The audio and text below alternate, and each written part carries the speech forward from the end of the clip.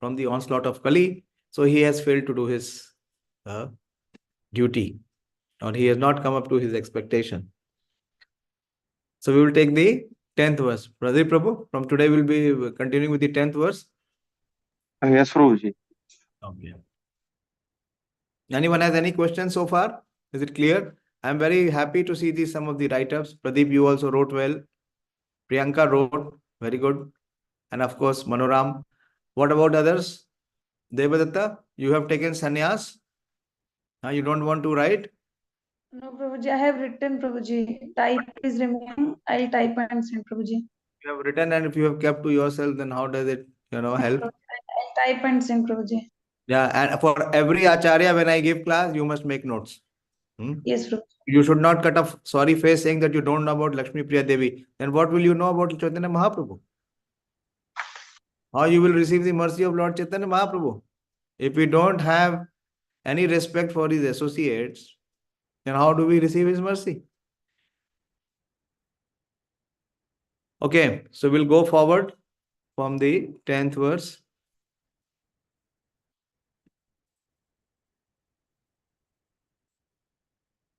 So Srila Narad Muni is continuing to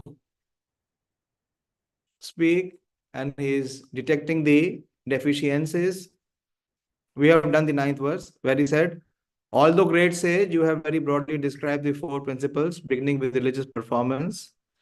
You have not described to such an extent the glories of the Supreme Personality, Vasudev. The 2 important verses were here, that Anukirtita and the other is Anuvarnita. And about whom? Vasudevasya.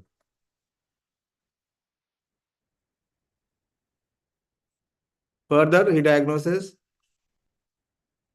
Nayad vacaś citra-padaṁ harer yaśo jagat-pavitraṁ pragṛṇīta karhicit vāyasaṁ tīrtham uśanti mānasā yatra haṁsā niramanty uśik-kṣayāḥ. Now it is very heavy. You see what Krishna spoke? The first verse that he spoke in the 2nd chapter of Bhagavad Gita, what he said? Shudram hriday daurbalyam. But the next verse was very heavy.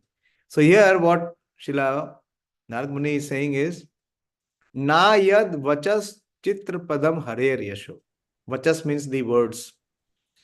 The words which have been expressed by Vyasadeva in the form of all the Vedas. He says, Na yad vacaś citra-padaṁ harer yaśo. Citra-padam is embellishment or decoration. So all the words which have not been used to describe the glories of the Supreme Lord. Padam harer yaśo. Yaśo means the glories, and harer means the Supreme Lord. Jagat-pavitraṁ. So if you would have glorified the Supreme Lord, what would be the effect? That this entire world would have become purified. The effect of Kali would have been substantially decimated. So whatever you have described, what is it worth? Tad vāyasaṁ tīrtham. So whatever you have described is the subject matter for vāyasaṁ tīrtham. Vāyasaṁ means crows. Have you seen where the crows are assembled in big numbers? Vāyasaṁ tīrtham means the place of pilgrimage for the crows. Where the crows are found the most? Have you not seen? A group of crows. Where do you see the group of or a flock of crows? ऐसे जरूर जैसे हिंदुस्तान में रहते नहीं हो. देखा नहीं कौओं को एक जगह झुंड बनाए हुए? कहाँ देखा है? Near dead bodies. Dead bodies? Dead bodies. In Shamshan, do you see crows? No, whenever it will be left over in outside sometimes. So animals, dead animals. No, dead animals you see eagles. You don't see crows. That's not a right assessment. Yes, Madan Swarup Prabhu? You are muted. Unmute and speak. Wherever Dirty things are there. Yes. Wherever there is filth, wherever there is garbage, wherever there is waste, that has been thrown out. What has been thrown out, there you will find crows assembled there. So here, Srila Vyasadeva is comparing to whatever has been presented by, Narad Muni is comparing whatever has been presented by Vyasadeva as tad vāyasaṁ tīrtham. These words which do not describe the glories of the Lord, who alone can sanctify the atmosphere of the whole world, are considered by saintly persons to be like unto the place of pilgrimage for crows. See the expertise. The words that he is choosing, he is directly not saying that whatever you have written is rubbish. He is saying that the saintly people are not interested in this description that you have given. Why? Because this is the description which will attract the crows. This will be like where the crows will assemble. Since the all-perfect persons are inhabitants of the transcendental abode, they do not derive any pleasure there. Na yatra haṁsā. So there are two types of people. One is, you see the word-to-word meaning, vāyasaṁ. Vāyasaṁ is crows. So where there are crows, have you ever seen a swan or a haṁsā? No, you will never find. Because they are of opposite nature, completely opposite nature. Wherever you will see haṁsā or the swans, you will never find a crow. Why? Because the haṁsā lives in a clean place, whereas the crow lives in a dirty place. So Srila Narad Muni is saying that whatever has been the description, because it is missing, harer, yaśo is not there, citra-padaṁ, harer, yaśo is not there. So those who are destined for the transcendental world, those who are on the way back to Godhead or the spiritual world, these people will not be interested in such literature. And what is their quality? It is compared to haṁsā. Na yatra haṁsā niramanty uśik-kṣayāḥ. Uśik-kṣayāḥ means those who are interested to go towards the supreme abode. So they are not interested. So whatever you have written is of interest for whom? Those who are crow-like people. So what is the crow-like mentality compared here to? Yeah. So far you have been hearing. What does the crow represent here? Why Narad Muni is using such, strong words? Yes, Sonika? Prabhuji, they represent the karma kandi people or thoughts. Very true. Yeah, fruitive workers. Fruitive mentality. Or the karma kandis. So the karma kandis are compared to the crow. So here, Srila Narad Muni is saying that whatever you have written is fit for crow kind of people. But the paramhamsas, they have no interest to what you have presented. So again, I am reading the translation. These words which do not describe the glories of the Lord, who alone can sanctify the atmosphere of the whole universe. That is the first two lines. Are considered by the saintly person to be like unto a place of pilgrimage for crows. Tad vāyasaṁ tīrtham. And since the all-perfect person are inhabitants of the transcendental abode, because they are destined to go to the transcendental abode, they do not derive any pleasure there. So Prabhupada in the purport will compare these two types. So there are two types of literatures and there are two types of men. Obviously, the crow type of men will always be interested in such literatures where there is fruitive activity, karma kand.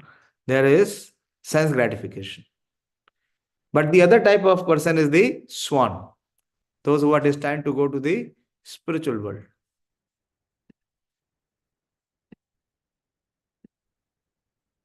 Crows and swans are not birds of the same feather because of their different mental attitude. You know this saying?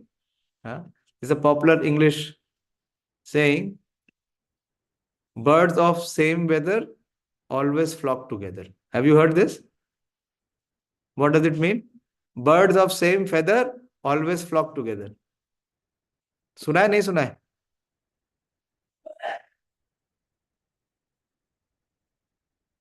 Am I audible?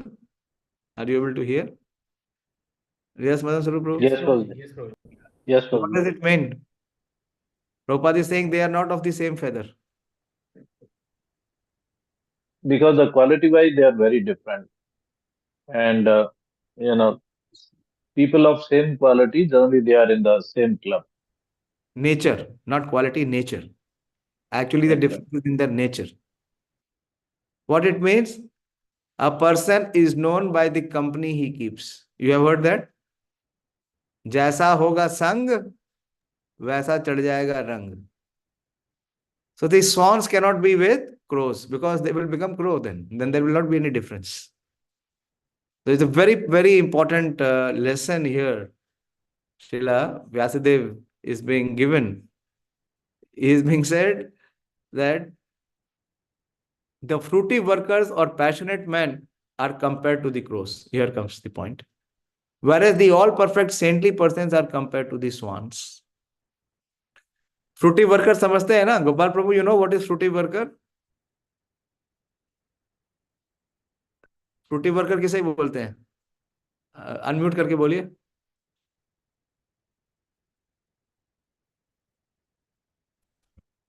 Frooti worker मेरे हिसाब से जो आ,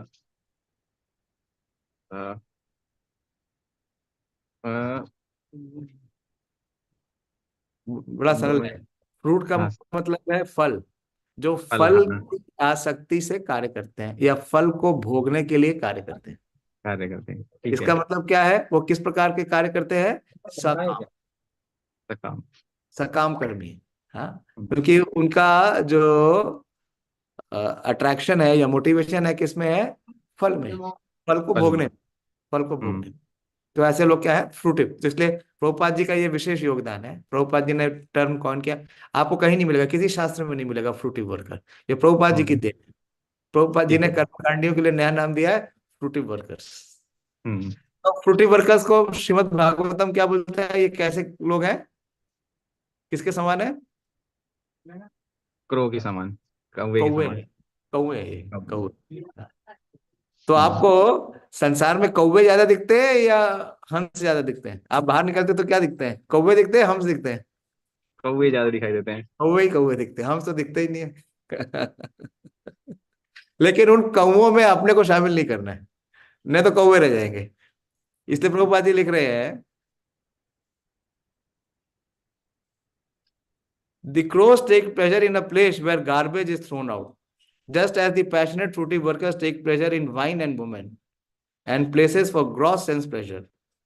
The swans do not take pleasure in the places where crows are assembled for conferences and meetings. Prabhupada ji ka hammer. Crows for conferences and meetings. What is the conference on? Huh? Wealth, wine, and women. They are instead seen in the atmosphere of natural scenic beauty. Who? The swans. Where there are transparent reservoir of water nicely decorated with stems of lotus flowers in variegated colors of natural beauty. That is the difference between two classes of birds. Nature has influenced different species. So there is this crow type of people. So we see the world as we see all around. We see crows in abundance. Everywhere we will find. Anywhere you go, you will find crow. You can easily find some crow. Not some crow, many crows. And but it is very difficult to find this one. So similarly, you will find the crow-like literature everywhere. And the literature has now become transformed into now the digital form of literature, which is like the mobile phone. So this filth is there everywhere. There was this slogan by our dynamic Prime Minister, Swachh Bharat, to clean the place, to make India a cleaner place so that crows will be less. But unfortunately, nothing has happened. the number of crows are only increasing. Why? Because no one wants to join the club of the swans. There is only two options. Either you can be the member of the haṁsā club, or you can be the member of the kaua club. But everyone is inclined to join the kaua club. So what will happen to the haṁsā? Haṁsā has become extinct. So if you go to the digital world, everywhere it is filled with crow-like substance or crow-like subject matter, and everyone is flocking. Whether you watch news or you watch serials or anything and everything, or whether you read newspaper or any other literature, it is filled with garbage. It is for the place of pilgrimage for crows. And what is Srimad Bhagavatam? What is the glory of Srimad Bhagavatam?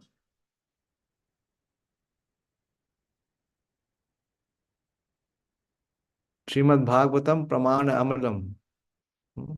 It is the Paramhamsa Samhita.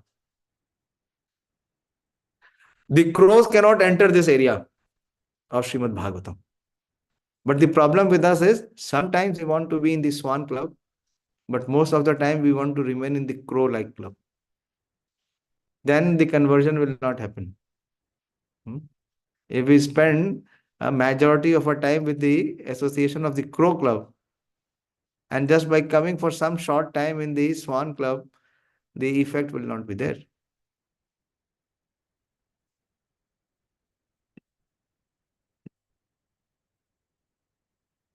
Similarly, there are different kinds of literature for different types of men of different mentality.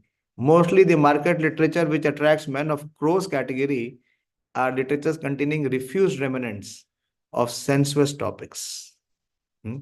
Refused remnants of sensuous topics. This is only for sense gratification. They are generally known as the mundane talks in relation with the gross body and subtle mind. So it has been diagnosed that anything which is in connection with the gross body and subtle mind, it is rubbish, it is useless. It is not fit for self-realization. They are full of subject matter described in decorative language, full of mundane similes and metaphorical arrangements. Yet, with all that, they do not glorify the Lord. Such poetry and prose on any subject matter is considered decoration of a dead body. Prabhupada's depth. Have you heard this concept of decoration of the dead body? No, There are no. two concepts. There is two concepts. Prabhupada says one is the decoration of the dead body here, and there is the decoration of the mirror. So here, decoration of a dead body. Why Prabhupada is using the word decoration of the dead body? What is the connection? Yes, there, Shilpro.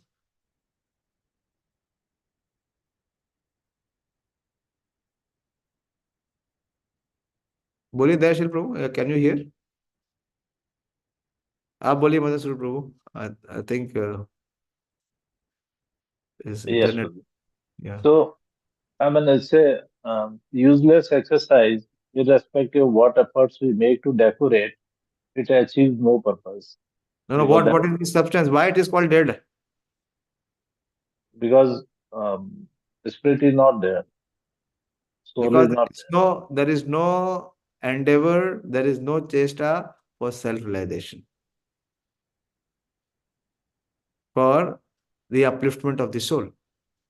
It will keep us to the level of body and mind, and which is both matter, and matter is dead. Matter is always dead. So Prabhupada says that because it is pertaining to body and mind only, it is decoration of the dead body. It is futile, it is useless.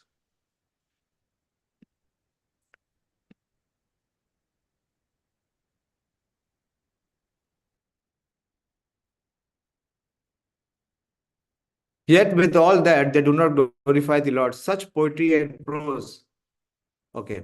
Spiritually advanced men who are compared to the swans do not take pleasure in such dead literatures, which are the sources of pleasure for men who are spiritually dead. Prabhupada gives strong words. So those people who are spiritually dead, those who have no desire or no effort they make for spiritual elevation, they are interested in all such literatures. These literatures are in the mode of passion and ignorance, are distributed under different labels, but they can hardly help the spiritual urge in the human being, and thus the swan-like spiritually advanced men have nothing to do with them. Such spiritually advanced men are also called mānasā, because they always keep up to the standard of transcendental voluntary service to the Lord on the spiritual plane. This completely forbids fruitive activities for gross bodily sense satisfaction or subtle speculation of the material egoistic mind. So here Vyasadeva is being chastised that you have kept the mass of men on the platform of sensual and mental plane. Social literary men, scientists, mundane poets, theoretical philosophers, politicians who are completely absorbed in the material advancement of sense pleasures are all dolls of material energy. To simplify, they are all dolls, means they are like puppets, Katputli. How they are Katputli? How everyone is like a doll, Prabhupada is saying. Everyone is the doll of the material energy.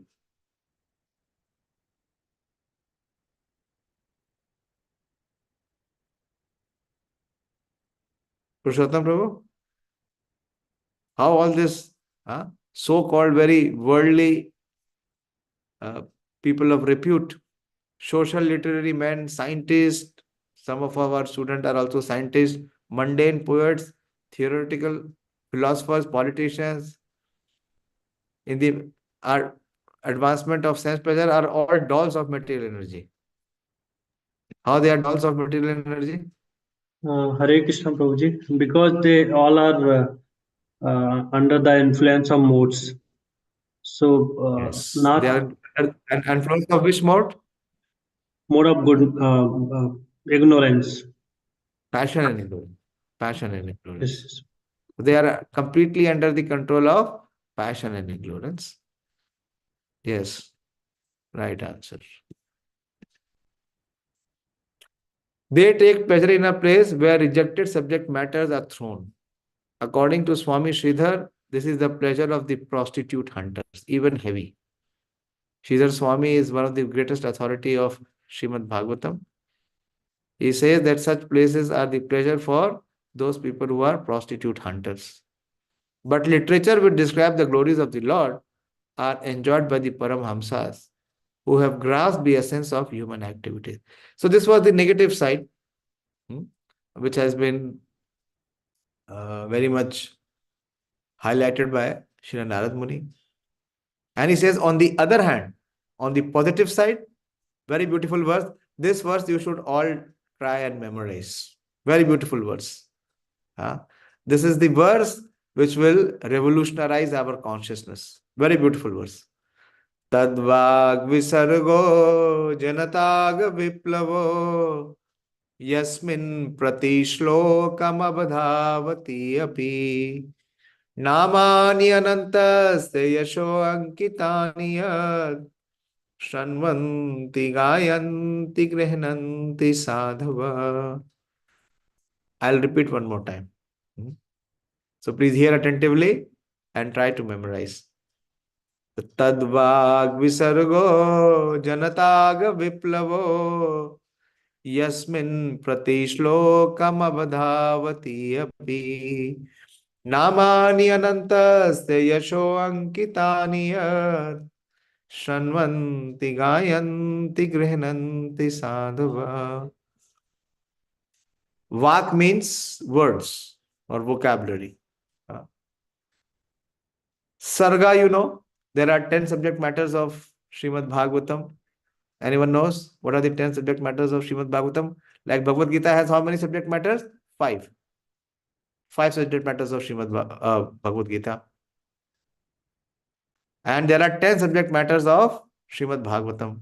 What are the 10 subject matters? First is called the Sarga, which is creation, which is done by the Purusha avatars. And the second is Visarga, which is the sub-creation. The Tadvag Visargo. Visarga is the sub-creation. So that which has been created from the words. And Janataga Viplavo. For Janta, for the people, general mass in pain. Agha Viplavo. Agha means sin. Ramo Agha. Agha means to be free from sin. How it is free from sin? Revolutionize them. Viplava, you see, our youth festival name is Viplav. You know that? Some of you know. Dayashil, Manoram, you know? Youth festival, Sundar Gopal Viplava. Viplava means that which brings the revolution in one's consciousness. A revolution from taking one from the bodily platform to bringing him to the spiritual platform. So Tadvag Visargo Janataga Viplavo. That literature or that presentation of that words which bring the people, mass of people in their revolution in their consciousness. And how it is to be addressed or how it is to be accessed. The next word is Yasmin Prati Shlokam. It is to be accessed verse by verse. This is the glory of Srimad Bhagavatam. How we have to proceed in Bhagavatam? Verse by verse.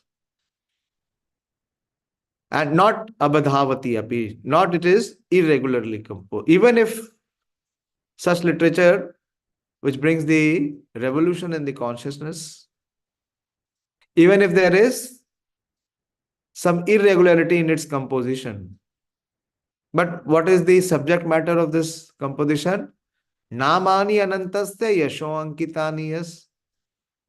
The Namani means the glories of the holy names of the Lord, transcendental names. Anantasya, the Supreme Lord who is Ananta, who is unlimited. And what is there? Yaśo, his glories are there. And his pastimes are there.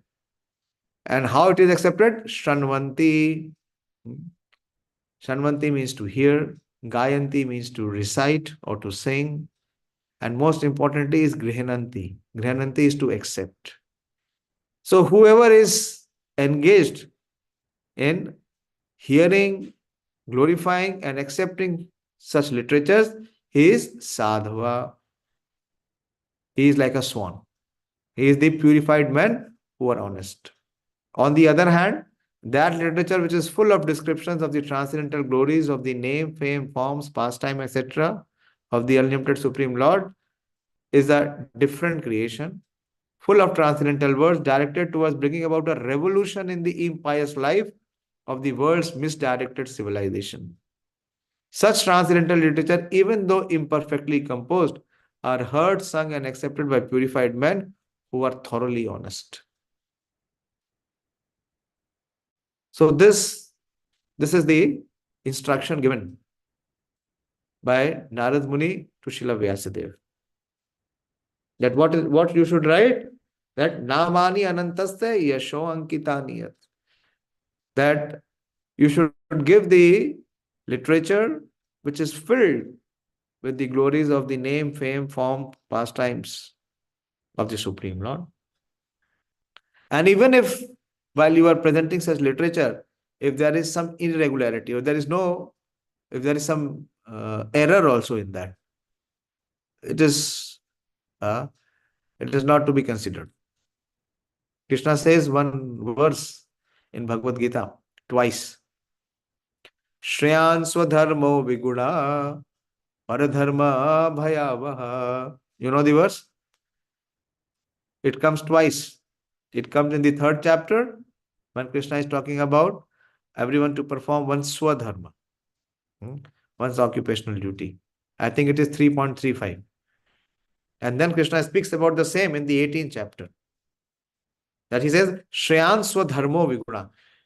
If you perform your occupational duty, even if there is some fault, there is no sin in that. Paradharma bhayavaha. But if you perform somebody else's occupation, even with perfectly, there is a fault.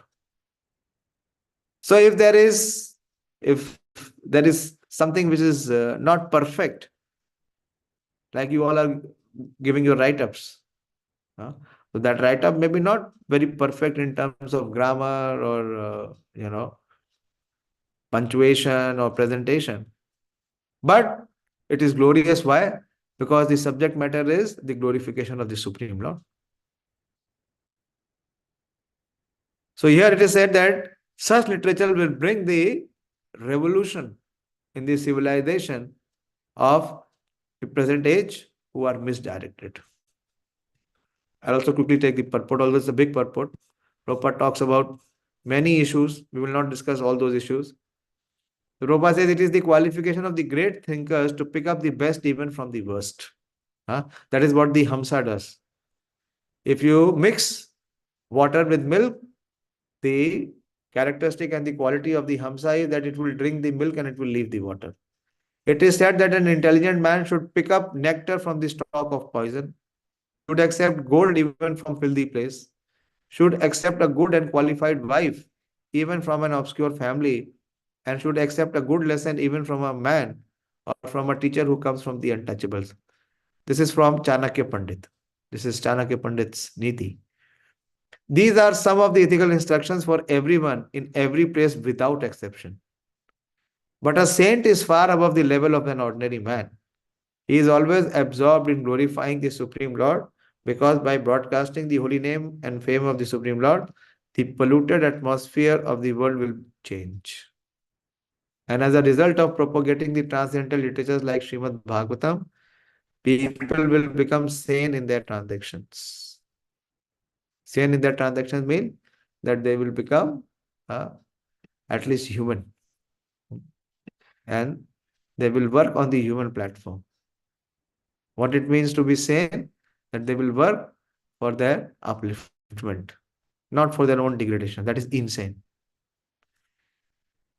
And then Prabhupada talks about when Prabhupada gave this purport, there was a disaster. While preparing this commentation on this particular stanza of Srimad Bhagavatam, we have a crisis before us. Our neighboring friend China has attacked the border of India with a militaristic spirit. We have practically no business in the political field, yet we see that previously there were both China and India, and both lived peacefully for centuries without ill feelings. The reason is that they lived those days in the atmosphere of God consciousness, and every country over the surface of the world was God-fearing, pure-hearted and simple. And there was no question of political diplomacy. So Prabhupada is saying that as the time is progressing, there is quarrel and there is conflict. This will keep increasing as Kali Yuga will progress, not only between neighbors, it will be there within the house. There is no cause of quarrel between the two countries, China and India, over land, which is not very suitable for habitation. And certainly there is no cause for fighting on this issue. But due to the age of quarrel, Kali, which we have discussed, there is always a chance of quarrel on slight provocation. This is due not to the issue in question, but to the polluted atmosphere of this age. Systematically, there is propaganda by a section of the people to stop glorification of the name and fame of the Supreme Lord. Therefore, there is a great need for disseminating the message of Srimad Bhagavatam. See how much Prabhupada is calling and crying. This is before Prabhupada left. India-China war was when? When was India-China war? Which year? 1962. Yeah, 1962. So Prabhupada left India in 1965, September 17, 1965. So Prabhupada was here in India, and how much Prabhupada was crying and calling people to take to the message of Srimad Bhagavatam. And hardly anyone was showing any interest. So Prabhupada is pouring his heart out in his purports. Therefore, there is a great need for disseminating the message of Srimad Bhagavatam all over the world. And Prabhupada had global plans all over. Prabhupada was at that time in a small room in Chippiwala. But Prabhupada is saying that there is a great need for disseminating the message of Srimad Bhagavatam all over the world. It is the duty of every responsible Indian to broadcast the transcendental message of Srimad Bhagavatam throughout the world, to do all the supermost good, as well as to bring about the desired peace in the world.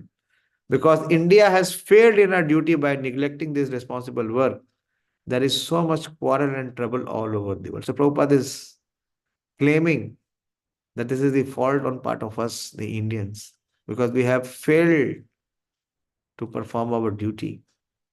We are confident that if the transcendental message of Srimad Bhagavatam is received only by the leading men of the world, certainly there will be a change of heart. And naturally, the people in general will follow them. The mass of people in general are tools in the hands of the modern politicians and leaders of the people. If there is change of heart of the leaders only, certainly there will be a radical change in the atmosphere of the world. So Prabhupada always wanted to preach to the leaders, because the mass of men always follows the leaders. Krishna says, yad yad acharati sreshta tat tat eva tarojana. That whatever the leaders perform, common men follow.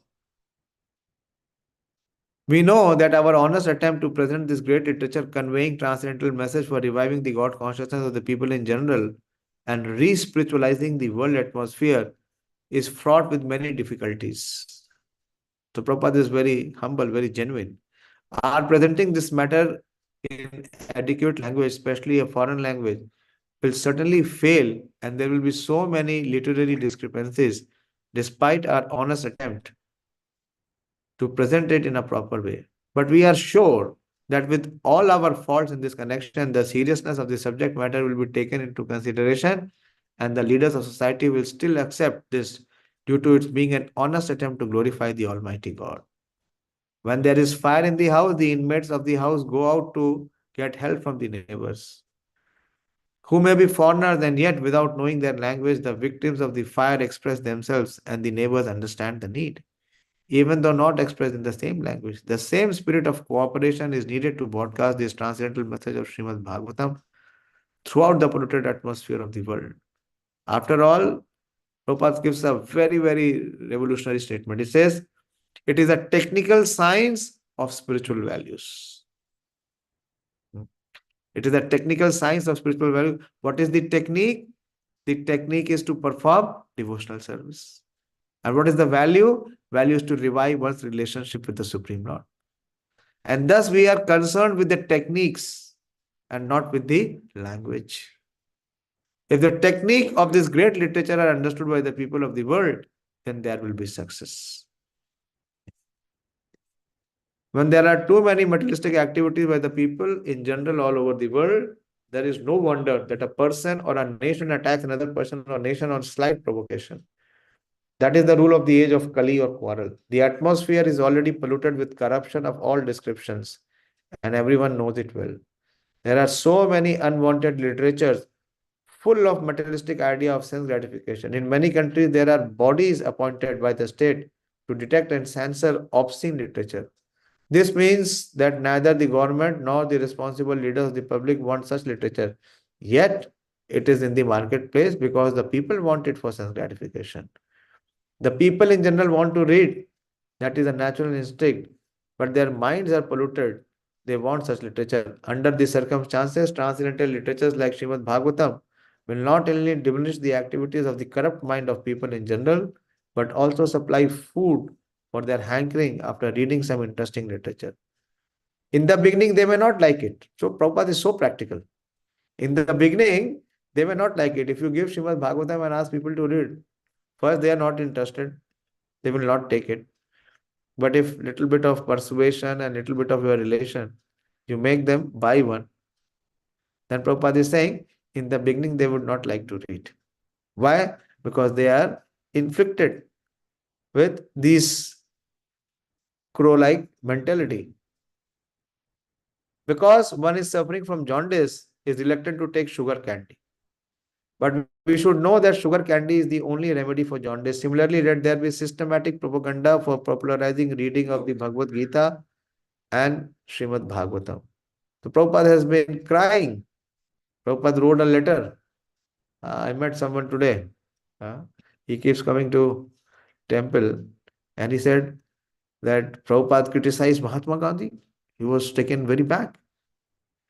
Why did your Prabhupada describe Mahatma Gandhi? Because this should be the agenda. Prabhupada is giving this agenda. Prabhupada gave this agenda to Mahatma Gandhi also. That let there be systematic propaganda for popularizing reading of Bhagavad Gita and Srimad Bhagavatam, which will act like sugar candy for the jaundice-like condition of sense gratification. When men have a taste for this literature, their hankering after other literatures, which are catering poison to society, will then be automatically cease. We are sure, therefore, that everyone in human society will welcome Srimad Bhagavatam, even though it is now presented with so many faults. For it is recommended by such an authority as Sri Narad, who has very kindly appeared in this chapter. So, Prabhupada is giving us this opportunity to transform from remaining a crow to becoming a swan. How? By accepting the Srimad Bhagavatam in our life. Hare Krishna. I'll stop here. If anyone has any question or something to discuss, please ask. Yes, Devadatta. प्रभु जी last shloka में जो मानस करके जो term था उसको थोड़ा Mānasā. Mānasā. इस प्रभु जी इसमें क्या एक्सप्लेन कर रहे हैं? प्रभुपाद जी लिख रहे हैं उसमें. नहीं उसमें एक स्टेटमेंट था ना. हाँ, मानसा है. जी प्रभु जी उसको थोड़ा बताएं. ये है ना, बता रहे हैं ना. देखिए, these literatures are in the mode of passion and ignorance, are distributed under different labels. You see, in the world, you have so many magazines, so many periodicals, journals, whatever. But they can hardly help the spiritual urge of the human being. And thus, the swan-like spiritually advanced men have nothing to do with them. Such spiritually advanced men are also called mānasā, because they always keep up to the standard of transcendental voluntary service to the Lord on the spiritual plane. So because they are on the transcendental platform, they are always connected with the Supreme Lord. How? How are they connected with the Supreme Lord? Through the medium of service and submission. So they will not come down. They will never touch this literature.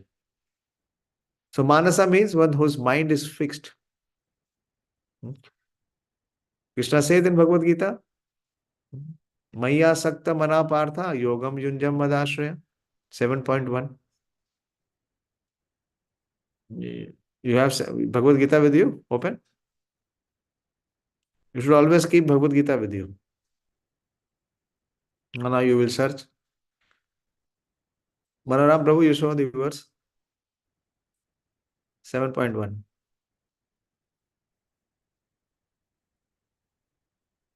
Ramya, your health is not well. I can see your... क्या हो गया आपको? हरे कृष्णा प्रभु जी पता नहीं. हरे कृष्णा प्रभु जी. हरे कृष्णा. पता नहीं प्रभु जी, test करवाना पड़ेगा. फीवर तो नहीं है पर चक्कर आ रहे हैं बहुत. नहीं तो फिर आप कैसे जा सकती हो ऐसे में? चक्कर आ रहा है. बीपी लो तो नहीं है? हाँ, जैसे कि भूख लगता है तो फिर झिमझिम करता है.